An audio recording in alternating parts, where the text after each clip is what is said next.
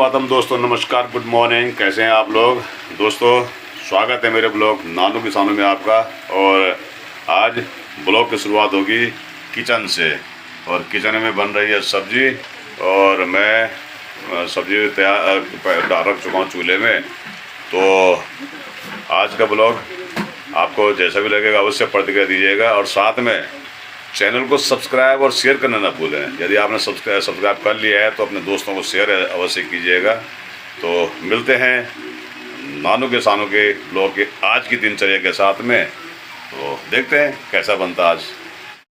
दोस्तों नमस्कार, good morning. स्वागत है मेरे ब्लॉग नानू किसानों में आज आपका। और स्वागत करता है आपका शेफ SP जोशी और सीधे किचन से। और आज की सब्जी में दिखाऊँ आपको क्या बनने जा रही है। तो देखिए ये है घरिया टमाटर और घरिया टमाटर के साथ में है आलू बीन्स और कढ़ाई रख दी है इधर। तो बनाते हैं सब्जी। और दोस्तों मुझे जो पसंद है, सबसे ज़्यादा पसंद है सरसों का तेल, क्योंकि सब्जी में सरसों का तेल जो है वो स्वाद भी दुगना करता है और सेहत को भी बचाए रखता है। इसलिए ज़्यादा कुछ मत करो और सरसों का तेल खाइए। रिफाइंड से बचने का प्रयास करें। हालांकि बचा नहीं जाता है, हम खुद नहीं बच पाते हैं, लेकिन फिर भी। और तड़का या तो जीरे का या फिर स्पेशल ये है जख्या का तड़का। और जख्या स्पेशल होता है हमारे पास, ये हमारे सिर्फ पहाड़ों में ही नसीब होता है। बाकी मैंने इसको कहीं जख्या को देखा नहीं। लोग राई का मारते हैं, हमारे यहाँ स्पेशल सिर्फ तड़के के काम आता है, बाकी और किसी काम यह नहीं आता है। और तेल हो चुका है लगभग गरम। हल्का सा उसमें भाप आने शुरू होंगे तो उसमें जख्या का मारा जाएगा तड़का। तड़के के लिए थोड़ा काट दिया है प्याज, और प्याज जाएगा जख्या के बाद तड़का। देखिए जख्या हमने डालना है क्योंकि धुआं निकलने लग गया है। ये देखिए कितना बड़ी तिर कर रहा है ये। और थोड़ा और जख्या डालेंगे तो जख्या का स्वाद, ये देखिए साहब, बहुत साधारण सब्जी। और डाल दिया उसके बाद में प्याज। और जब तेल है फिर जला होता है फिर एडजस्ट फैन चलाना ना भूलें, क्योंकि एडजस्ट फैन चलेगा तो यहाँ का धुआं बाहर निकलेगा। अब आता है अपने बालकनी के टमाटरों का नंबर। तो इस टमाटर को काटने की बिल्कुल भी आवश्यकता नहीं है, क्योंकि यह आराम से गल जाते हैं। बहुत पतले छिलके वाले टमाटर होते हैं ये, लेकिन फटेंगे पड़ कर गए। तो ज़्यादा नहीं डालूंगा क्योंकि खट्टे भी बढ़िया होते हैं ये। और प्याज हो चुका तैयार। और टमाटर डाल दिए मैंने सारे, ये देखिए। और टमाटर अपने आप फट जाएंगे। देखो कोई गाड़ा काम यात्रा न करें ये हो गया घरिया टमाटर के साथ में।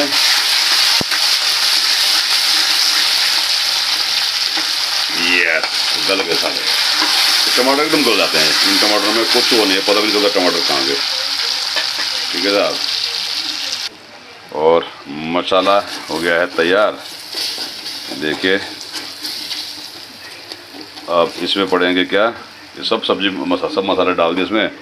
मसाला का डिब्बा हटा देते हैं। अब मसाले का डिब्बा हटाने के बाद हम करेंगे क्या, ये जो टमाटर थे हमने, घरिया टमाटर देखो इतना सारा भरा हुआ था, अब इतना कम हो गया। इसका मतलब मैंने काफ़ी घरिया टमाटर इसमें डाल दिए जो मेरी बालकनी में लगे हुए हैं।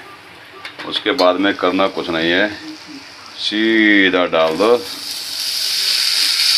सब्जी।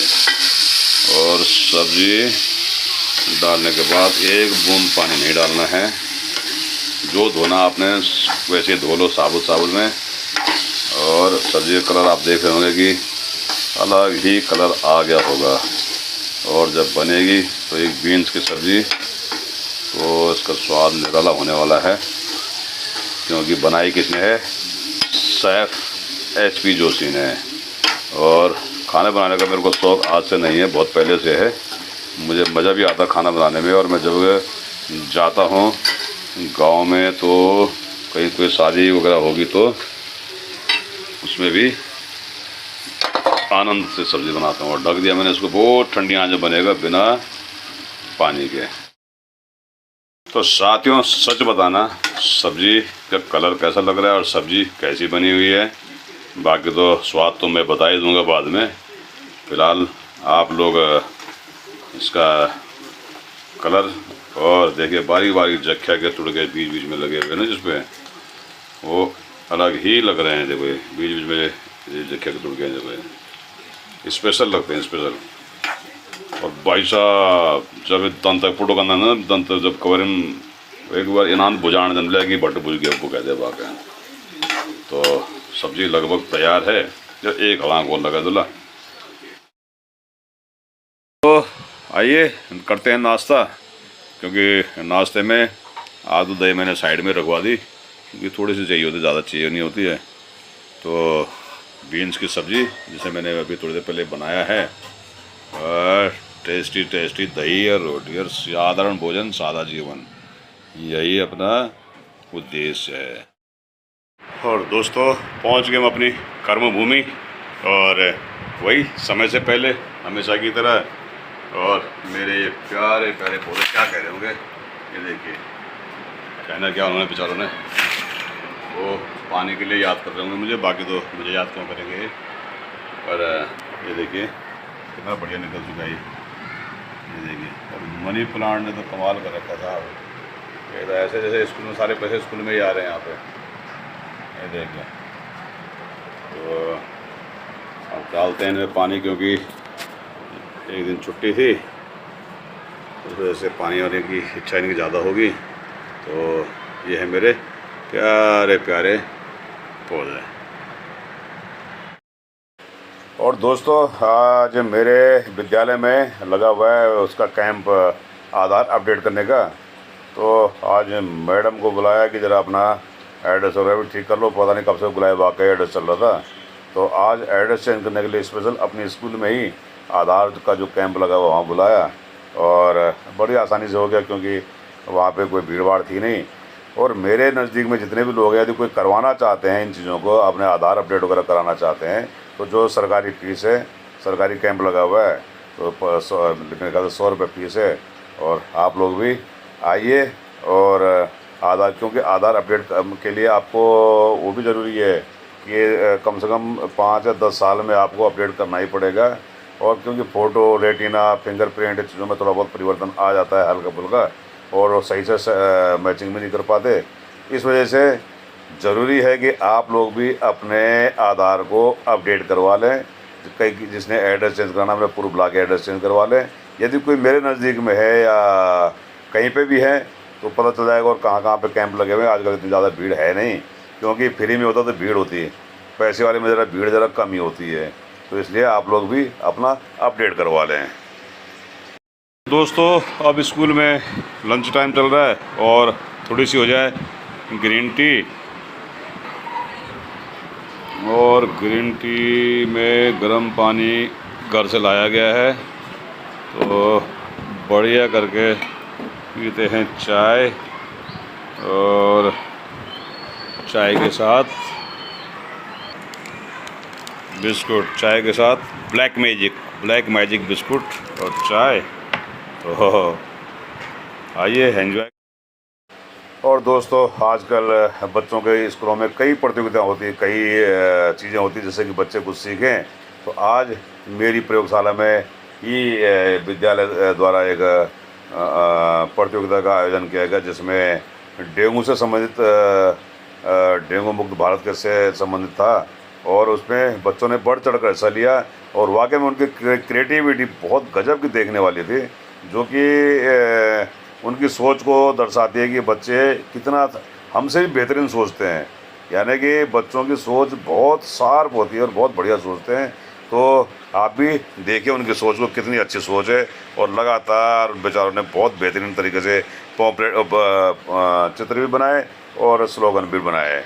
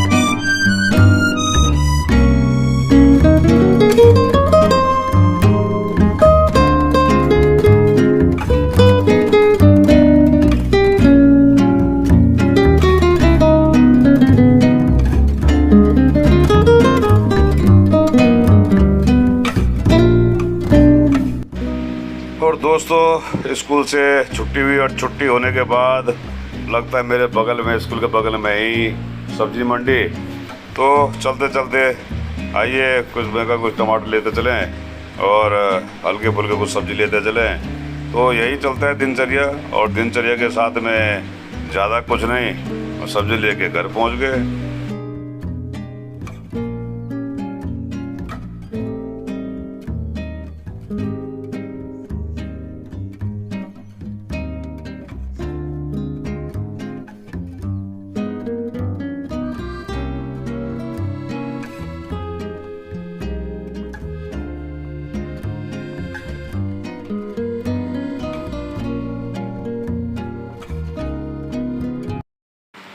और कल से आसमान घुमड़ रहा है, लेकिन वो कुछ नहीं रहा है।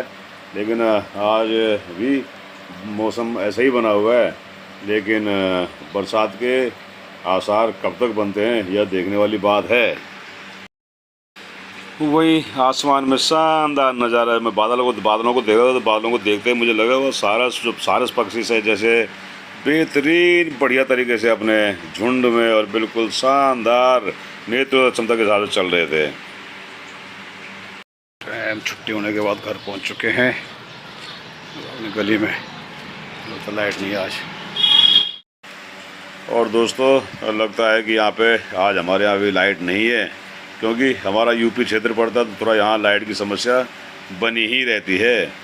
और विद्युत विभाग यहाँ का जो है बहुत ख़तरनाक है, जो बारिश बाद में आती है और उससे पहले लाइट भगा देती है। और बारिश कुछ आई भी नहीं, और उसके बावजूद भी लाइट का सफाया। तो ऐसा ये हाल है। तो पहुंच चुका हूँ अपने घर पर, और घर पर पहुँच अपने ड्यूटी से। शाम का टाइम है। तो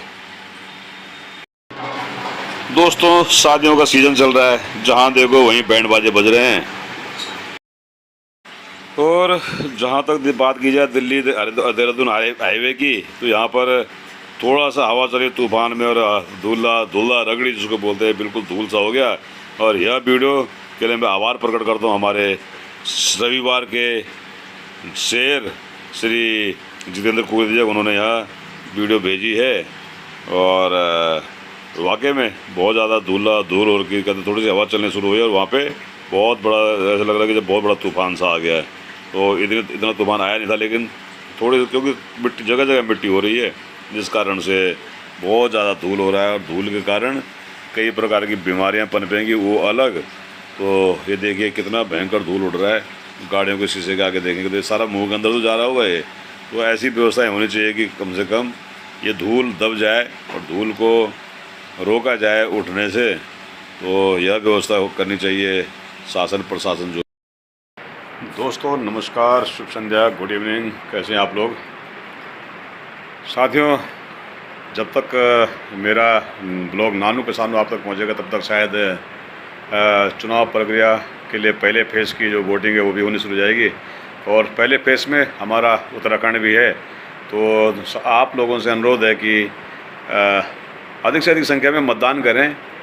और मतदान यदि, क्योंकि कुछ क्षेत्र में हमारे गंगा बकोर मंडल क्षेत्र में कुछ क्षेत्र में चुनाव बहिष्कार का भी एक कार्यक्रम चल रहा था।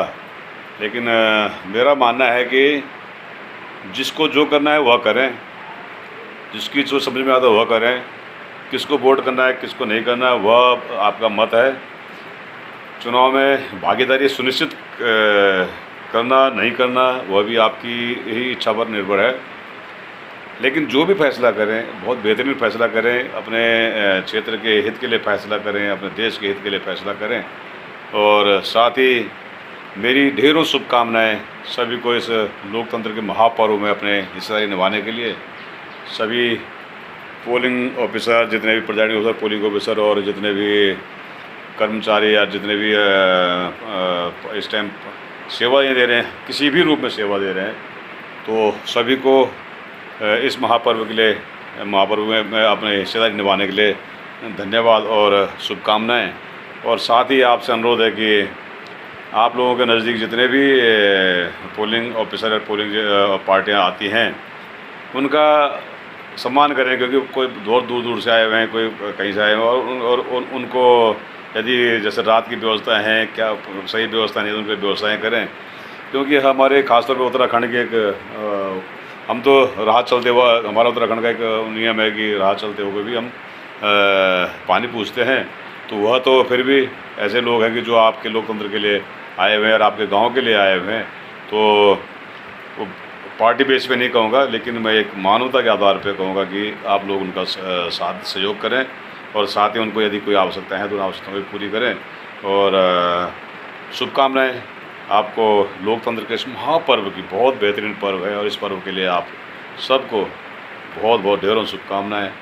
और मुझे लगता है कि अच्छा होगा, जो भी होगा बेहतरीन होगा। तो मेरी ढेरों शुभकामनाएँ आपको।